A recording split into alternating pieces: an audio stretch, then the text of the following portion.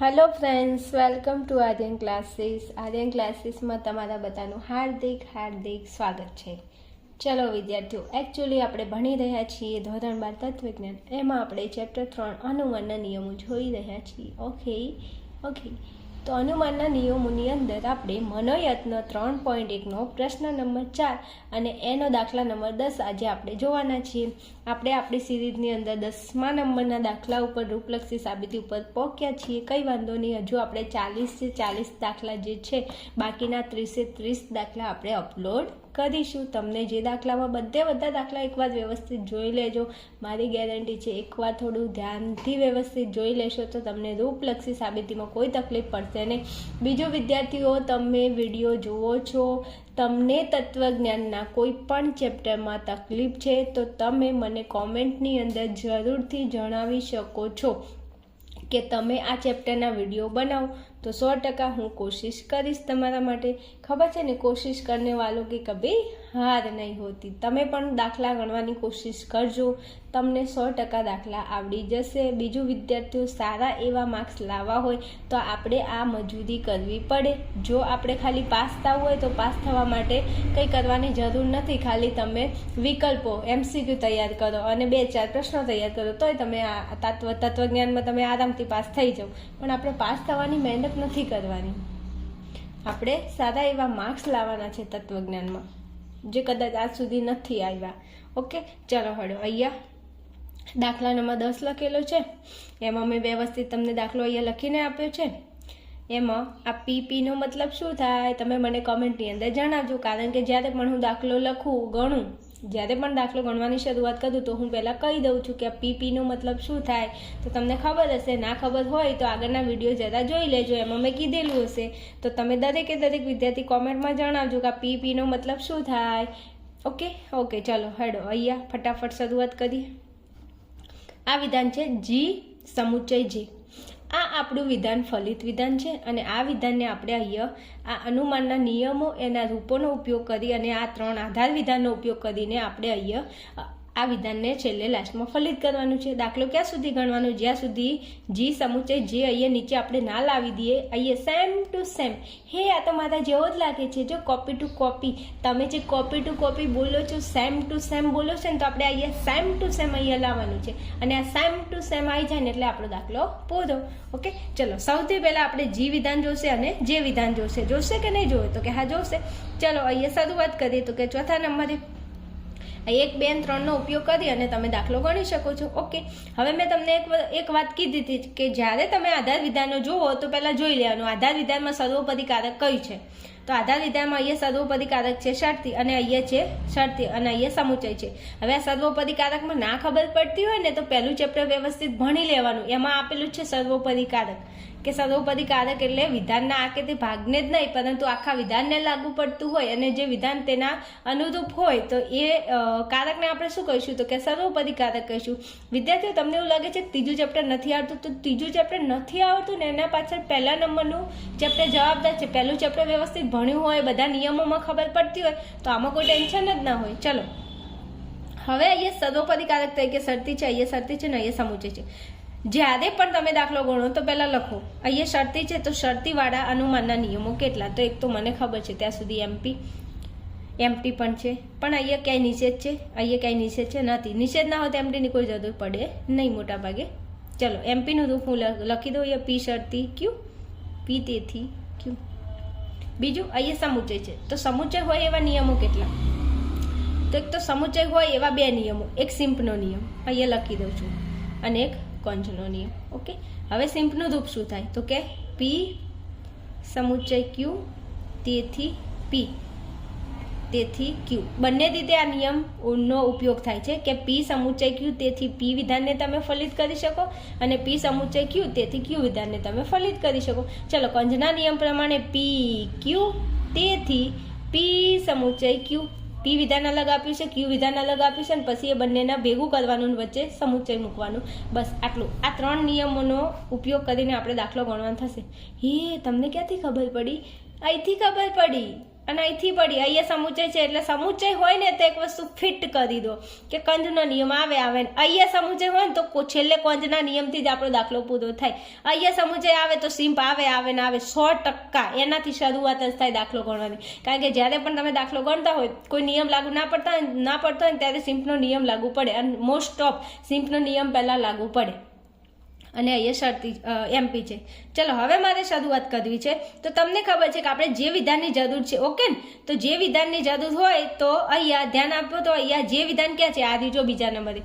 તો અહીંયા સમુચય છે તો સમુચય એટલે સિમ્પનો નિયમ. તો સિમ્પના નિયમ પ્રમાણે પી સમુચય ક્યુ તેથી ક્યુ અને પી સમુચય ક્યુ તેથી પી. તમે અહીંયા આ જો એચ સમુચય જે છે એમાંથી તમે એચ વિધાનને ફલિત કરી શકો અને જે વિધાનને ફલિત કરી શકો.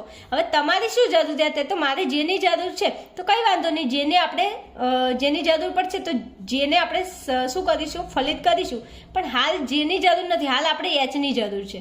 તો પહેલાં જેની જરૂર નથી, જીની જરૂર છે. તો પહેલાં જી લાવવા માટે આપણે અહીંયા કંઈક મથામણ કરવી પડશે. હવે તમે અહીં જોજો આ જી ક્યાં છે, તો કે આ ત્રીજા નંબરે. હવે જી ત્રીજા નંબરે છે, જી મારે લાવવો છે, પણ જી લાવવા માટે એના આગળ પી વિધાનમાં કયું વિધાન આપેલું છે, આઈ વિધાન. અને આમાં સર્વોપરીકારક કયું છે, તો કે શરતી છે.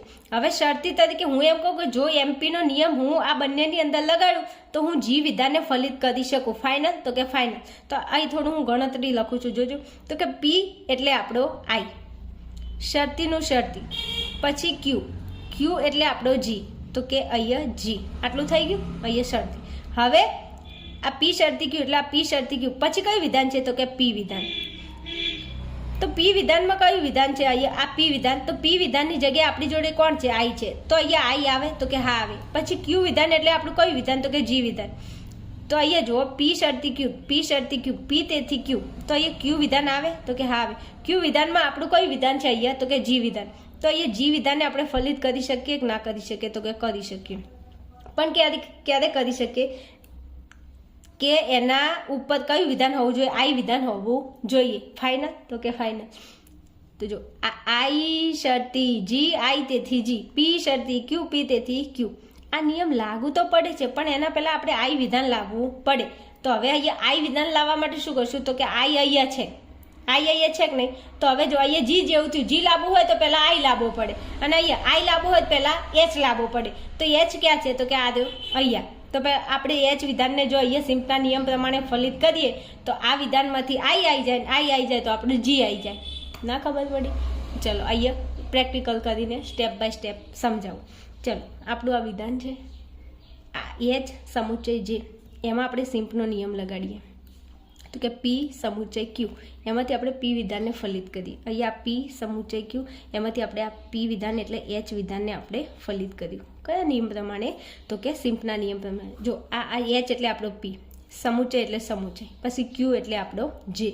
એમાંથી પી સમુચય ક્યુ અને એમાંથી આપણે કયું વિધાન ફલિત કર્યું, તો કે પી વિધાન. આ જે અહીંયા છે આપણે પી વિધાનને ફલિત કર્યું. પી વિધાનમાં આપણું કયું વિધાન હતું, એચ, તો એચને ફલિત કર્યું. તો હવે આપણે આ એચને લાયો તો ખરા, એચને નિષ્પન્ન કર્યું આપણે, પણ એચને કયા આધાર વિધાન પરથી, તો કે બીજા નંબરના. અને નિયમ કયો લગાડ્યો અનુમાનનો, તો કે સિમ્પનો નિયમ. હવે થોડું અહીંયા ધ્યાન આપજો. ચલો એચ આવી ગયું. આપણે કોની જરૂર છે, તો કે આપણે જરૂર છે જીની. પણ જી લાવવા માટે પહેલાં આઈ લાવવાનો છે. તો કે હા, હવે આઈ આવશે કેવી રીતે, જો અહીંયા.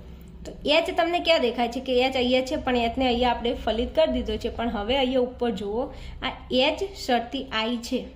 તો અહીંયા જો આપણે હું એમપીનો નિયમ લગાડું તો મારું આઈ વિધાન અહીંયા ફલિત થાય છે. કેવી રીતે, તો એચ એટલે પી શરતીનું શરતી, આઈ એટલે ક્યુ, પછી નીચે પી, તો પી એટલે એચ આવી ગયો. તો સીધો આપણે આઈને અહીંયા નિષ્પન્ન કરી શકીએ.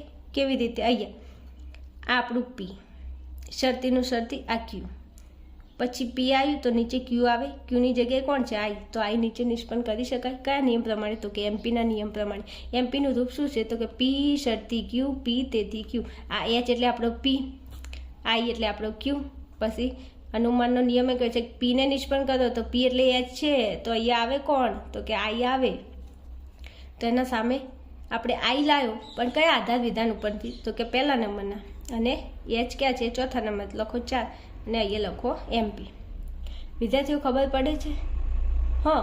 ધીરે ધીરે સમજાવું છું, શાંતિ સમજાવવાની કોશિશ કરું છું. કશું નહીં ભાઈ વિદ્યાર્થી, એમપીનો નિયમ છે, બધી જગ્યાએ એમપીનો નિયમથી આપણે અહીંયા આપણું કામ સ્ટાર્ટ કર્યું છે. ચલો આઈ આવી ગયો? તો કે હા આવી ગયો. હવે શું કરશો કે આપણે તો જીની જરૂર છે, તો કંઈ નહીં, જી લાવો તો પહેલાં આઈ લાવવો પડે, અને આઈ લાવો તો એના પહેલાં એચ લાવવો પડે. તો એચને લાવી દીધો, આઈને લાવી દીધો, તો હવે કોણ આવશે? જી આવશે. કેવી રીતે? તો ફરી પાછો એમપીનો નિયમ લગાડો. આ પી, આ શરતી ક્યુ, પછી આ પી, આ આપણો હવે શું બની જશે? પી. તો આ ક્યુ વિધાનમાં કોણ છે? જી. તો જી વિધાનને હું અહીં ફલિત કરી શકું એમપીના નિયમ પ્રમાણે. જો પી, આ શરતીનું શરતી, ક્યુનું ક્યુ, પછી એમપીના નિયમ પ્રમાણે કોણ આવે? પી આવે. તો પી એટલે આઈ આવી ગયો, નીચે આવી ગયો, અને આ ક્યુ. રેડી?